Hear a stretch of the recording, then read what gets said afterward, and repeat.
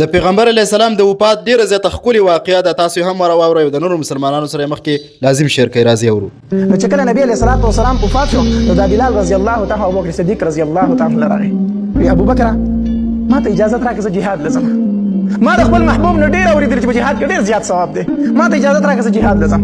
ابوبکر رضی الله تعالی ته په جړا شو. ته من لا ماتای زمان محبوب جدا شو غره نه لاړو. تر اتم مسجد نبوي خوشې پرې دي چې اذان پاکستان کېږي.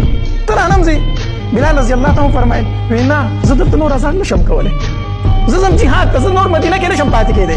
حتی تر دې پورې چې ابوبکر صدیق رضی الله تعالی مجبور کړ او لا شام هلته پاتې کېده. په شام کې بیا د عمر رضی الله تعالی دور خلافت چې راغی که نه نو بیت المقدس قبضه شو، شام قبضه شو. د شام قبضه شو نو عمر رضی الله تعالی وویل دلته کې زمونږ یو ملګری پاتې کېږي بلال ورته ویلی شي، مؤذن رسول ورته ویلی شي، ما له هغه راولئ چې په بیت المقدس کې اذان وکړي. نو خلکو ورته امیر المؤمنین هغه په جهاد کې شریک دی، ستا په غازیانو کې ولاړ دی. وی کوم دی؟ وی دی بلال راشه که نه راشه. نو په بیت المقدس کې هم بلال رضی الله تعالی لومبی اذان وکړو. ګوره ورته په بیت المقدس کې لومبی اذان چا وکړو؟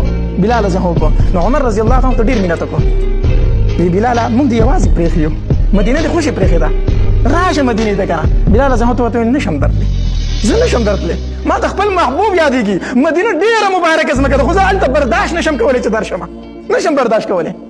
رانغې خو چې شپه شوه وده شو که نه نو د شپې خوب ویني. نو نبي علیه الصلاة والسلام ورله په خوب کې راغی. نو نبي علیه الصلاة والسلام ورته فرمایي بلاله ډېر بې وفایي ښه، بلاله ډېر بې وفایي، زما د مرګ نه دې وروسته زما کلی پرېښودو، دا دومره بې وفایي، زما د روزي خوال هم نه راځي. نو چې سهار بلال رضی الله تعالی راویښ شو نو خپله کډه راوغسته، وایي زه ځم مدینې ته، زما دوست ګیله کړې، زه ځم مدینې ته.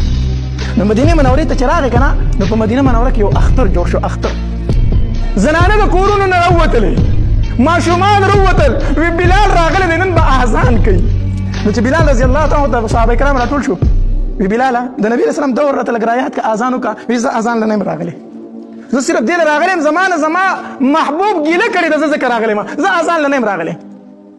کسان لاړو حسنینو ته یې وویلو د نبي علیه السلام چې کوم نوسي و که نه حسن او حسین رضی الله، وی تاسو ورته ووایئ نو اذان به وکړي. نو حسنین چې راغله د بلال رضی الله لاسونه تاو کړو، وی کاکاجي ډېره موده پس راغې، شابه زمونږ د نیکه د یاد تازه کړه، شابه اذان وکړه.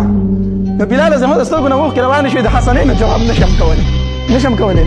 نو چې اذان یې شروع کړو که نه اذان یې کو او په دې کوټو باندې زنانه ولاړې وي او ماشومان ګیر چاپېره ولاړو، د نبي علیه السلام دور را یاد شو که نه.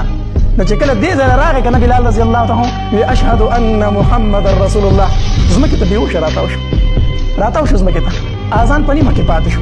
نو چې کله په هوش کې راغی که نه نو ما درته نه ویل زه اذان نشم کولی، زه څنګه اشهد ان محمد رسول الله وایم؟ ما خو په دې یو سترګه نبي علیه الصلاة والسلام ته کتل، ما ته خو به زما محبوب ناستو، نو چې ما به وی اشهد ان محمد رسول الله، ما له به نبي علیه السلام جواب راکړو بخ یا بلال. نو اوس کوم دی زما جانان، ما مو وجنئ، ما معاف کړئ. او د هغې ځای نه څادر په اوږه واچو او لهر واپس شام ته لا بیا هلته کې دفن شوی دی، هلته وفات شوی دی. الله چې کله وفات کېده نو هغې بیبي پرې ډېره مینه وه، رنګه توره خو بیبي پرې ډېره مینه وه. چې کله دی وفات کېده نو بیبي چغه کوي وا حزنها، وا زما غمونو. نو بلال رضی الله چف داسې مه وایه چې وا حزنه، داسې وایه وا فرحه، وا د خوشحالۍ ورځه. وی نن بلال روان دی خپل ملګرو خواله، دا خو د بلال دپاره خوشحالي ده، ته وایي وا غمه، داسې مه وایه. نو بعضې وایي چې په شام کې دفن دی، بعضې وایي چې اردن کې دفن دی. به هر حال نو تا ته بلال رضی الله تعالی عنه بیا دا هغه صحابي دی چې ده په دین اسلام کې د دین اسلام دپاره ډېرې سختې برداشت کړي دي. وایي چې کمیس به ویسته دا بدن به یې داسې پولی وټول، داسې جوړ زخم